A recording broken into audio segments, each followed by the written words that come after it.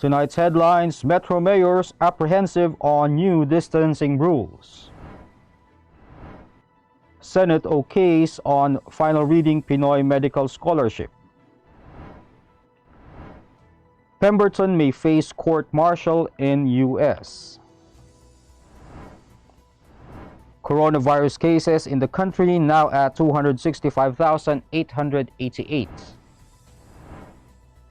Palace allays fears on dito infra in military camps.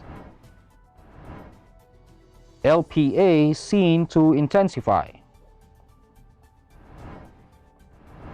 PSEi climbs for second straight session. And Peso buoyed by Bayanihan 2 law.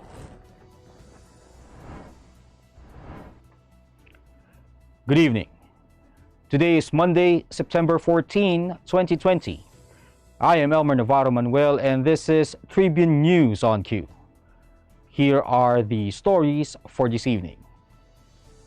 Metro Manila mayors are apprehensive over the easing of physical distancing rules meant to prevent coronavirus infections in the mass transport system. According to Metro Manila Council Chairperson and Parañaque Mayor Edwin Olivares, the government should not sacrifice health protocols for the opening of the economy, adding that they have apprehension that physical distancing will not be effectively implemented.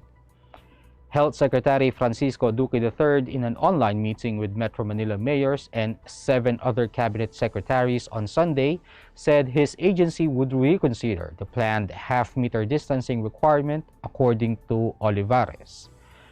Metro Manila's mayors have also agreed to close private and public cemeteries from October 29 to November 4 to arrest the spread of the coronavirus disease during the observance of All Saints' Day and All Souls' Day.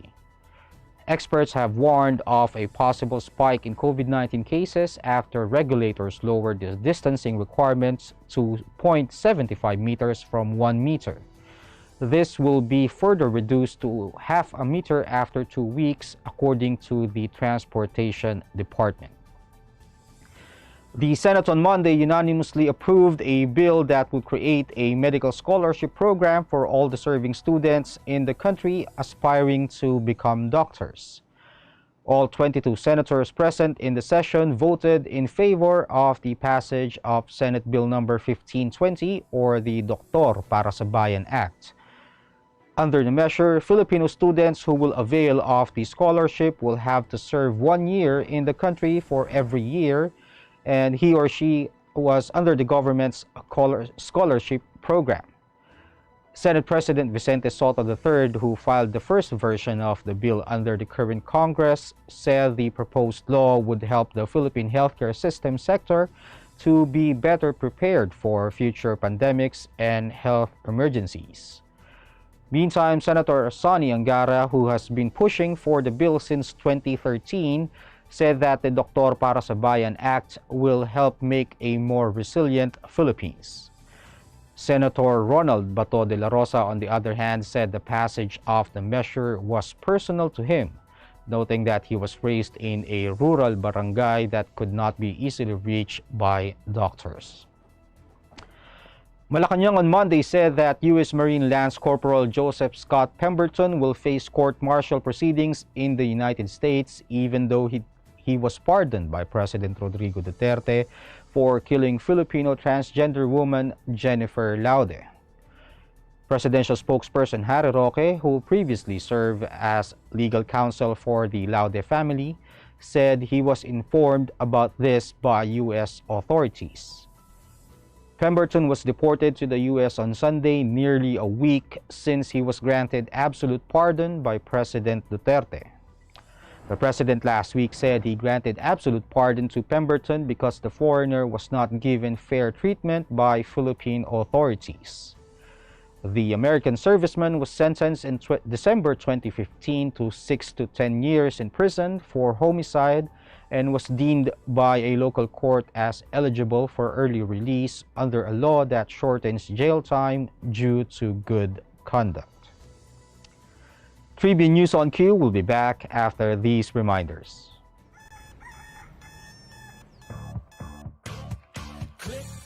that's it. Never thought self-service can be this slick. Modify plans in a snap, walang hirap, it's a wrap. Just tap the app, now you can check, view, subscribe, renew, help and support for you. Out with the ring apps or the in thing, you know what to do. Globe at home and Globe One, all in the Globe app na yan. Self-service and easy to use, mas okay tayo dyan. Globe at home and Globe One, all in the Globe app na yan. Instant response, no hold time pa, wala nang hintayan. Download Globe at Home and Globe One app, all in the Globe app na yan. Download the Globe One and Globe at Home apps from Google Play Store and Apple App Store now. Download Globe at Home and Globe One app, all in the Globe app na yan.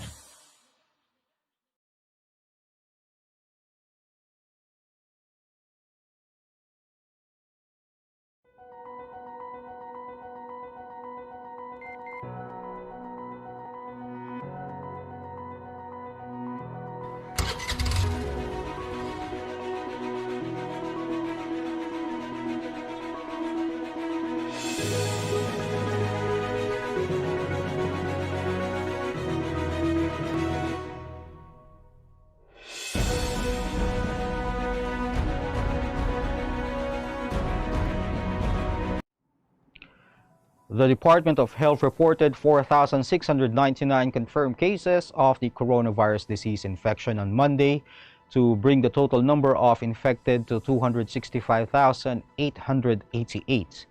Majority, or 1,498 of the new cases, are from the National Capital Region, which has been the epicenter of the COVID-19 outbreak in the country. This is the 7th straight day that additional cases are more than 3,000. Before this, cases seemed to be on a declining trend, reaching just 1,000 to 2,000 a day. The death toll, meanwhile, surged to 4,630 after the Health Department reported a record high 259 fatalities, while the number of recoveries is now at 207,504 after 249 more patients recovered from the respiratory disease. Last week, the DOH claimed that the irregularly high number of cases reported were due to laboratories catching up on delayed reporting, although daily reporting shows that majority of the cases are from the last 2 weeks. In other news, Malacanang allayed security concerns related to a China-backed telco firm's plan to construct cell towers in military camps, saying the Philippine Defense Department will guard against espionage. Some lawmakers, such as opposition Senator Francis Kiko Pangilinan, raised concerns on allowing China-backed Dito Telecommunity to build facilities inside some military camps. The third telco is a joint venture between state-owned China Telecom and Davao businessman and President Rodrigo Duterte's campaign contributor, Dennis Uй's Odena Corporation. Roque added that the country's major telco players, Globe and PLDT, could also apply to build cell towers in military camps. To recall, Defense Secretary Delfin Lorenzana told the lower house last week that the 2019 Memorandum of Agreement between Dito Telecommunity and the Armed Forces of the Philippines, which he recently approved, covers only military camps that already hosts global and smart cell sites.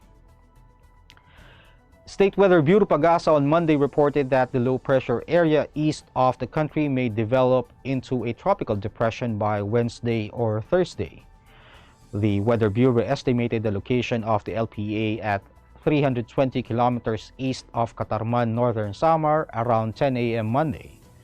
It is forecast to traverse Visayas and southern Luzon as an LPA and develop into a tropical depression once it moves over the West Philippine Sea, according to Pagasa. The LPA is seen to traverse the archipelago. It is expected to bring cloudy skies with light to moderate with at times heavy rains over Albay, Camarines Norte, Camarines Sur, Catanduanes, Sorsogon, Masbate, Biliran, Eastern Samar, Leyte, Northern Samar, and Southern Leyte as early as Monday. Scattered rains may also affect Marinduque, Romblon, Quezon, Mindanao, and the rest of Visayas. Sunrise is at 5:44 a.m. and sunset will be at 5:57 p.m. We'll pause for a short break. Stay with us.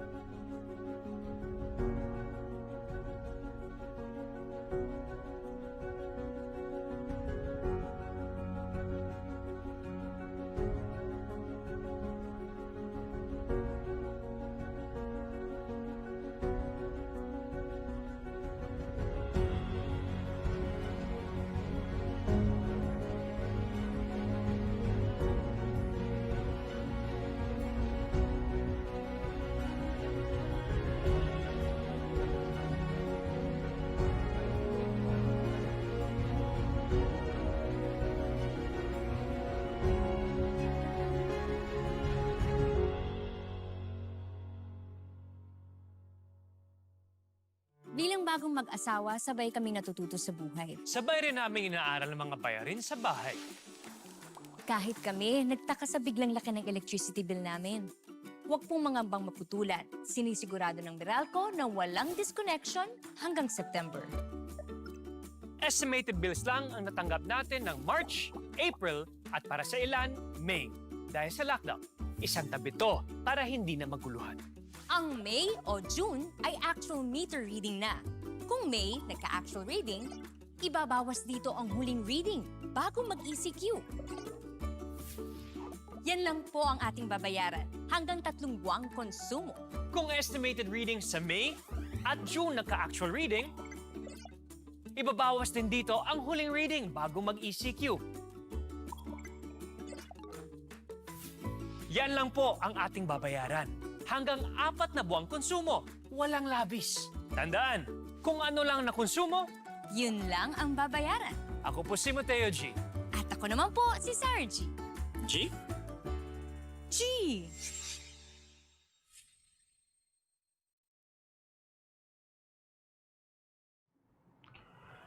In business, share prices on the Philippine Stock Exchange climbed for the second consecutive trading session on Monday ahead of the Federal Reserve meeting scheduled later this week.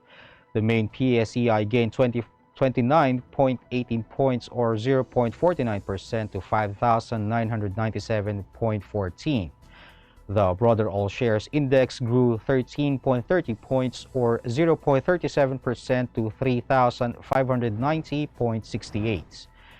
Regina Capital Development Corporation head of sales Luis Limlingan said that the Philippine shares closed up modestly higher as focus of the week shifts to the FOMC meeting and the FTSE rebalancing. The Federal Open Market Committee is scheduled to meet on September 15 and 16 to discuss whether or not a change in policy rates is warranted given the current conditions.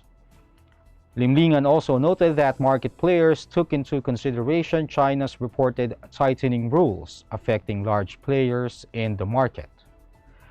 More than 1.128 billion shares, valued at 4.710 billion pesos, changed hands. Advancers led decliners 110 to 99 and 37 issues were unchanged.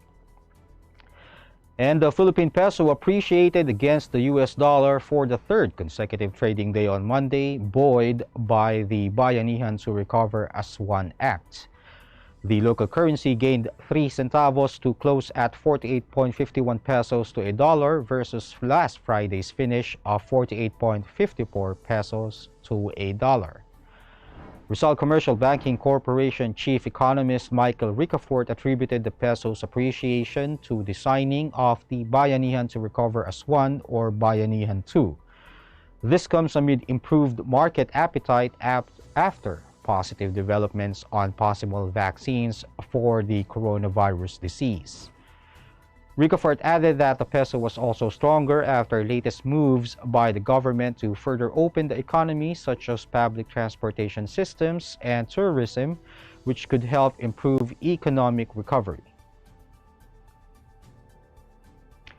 That wraps up the stories tonight. Catch the latest news on our website, tribune.net.ph, and follow us on Facebook, Twitter, and Instagram. You can also subscribe to our YouTube channel, Tribune Now. The Daily Tribune is one with the nation in facing the COVID-19 crisis, and in line with this, the Daily Tribune digital edition on Press Reader is now available for free online. You can also download the Daily Tribune app on Apple Store for iOS users and Google Play for Android users to get the latest and most comprehensive news online. Daily Tribune is also inviting everyone to join its community Viber Katribu to get updates on the freshest and hottest news and entertainment stories of the day. Tarcito emoticons are also available on our community Viber. Just click on the link in this video to join. And before we go, we would like to thank the SM Store for my shirt and jacket this evening. Magsha-shopping na lang ako! #143SM Hello, can I get the following? One pink chair, bed sheets, na pink yung sofa, tapos slides, size 8, pajamas na blue. Oh, don't forget my hashtag 143SM. Call to the... Wait lang, okay ba yan? Anything at the SM store, ma'am. Call to deliver. Kuya, pwede rin ba ako magpa-deliver sa ate ko sa Taguig, tapos sa friend ko sa Davao, tsaka sa... Cancel ko sa Lipa. Okay ba yan? Kahit saan po, pwede kami mag-deliver. Call to deliver.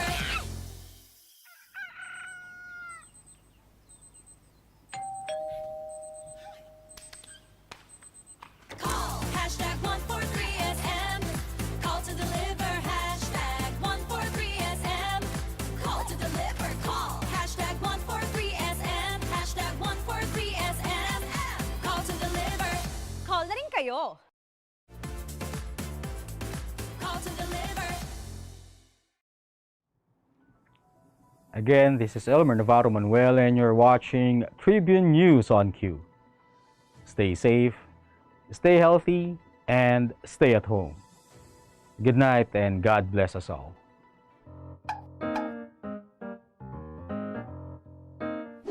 Ang Philippine Offshore Gaming Operators o POGO ay isang legitimate business entity na nagbibigay serbisyo sa offshore gaming para lamang sa mga manlalarong nasa abroad sa pamamagitan ng internet. Ang mga serbisyong handog nito ay katulad ng casino games at sports betting na pwedeng laruin kahit wala sa casino. Sa Pilipinas, walang POGO operators. Tanging POGO service providers lamang dahil nagaganap ang mga laro sa labas ng bansa.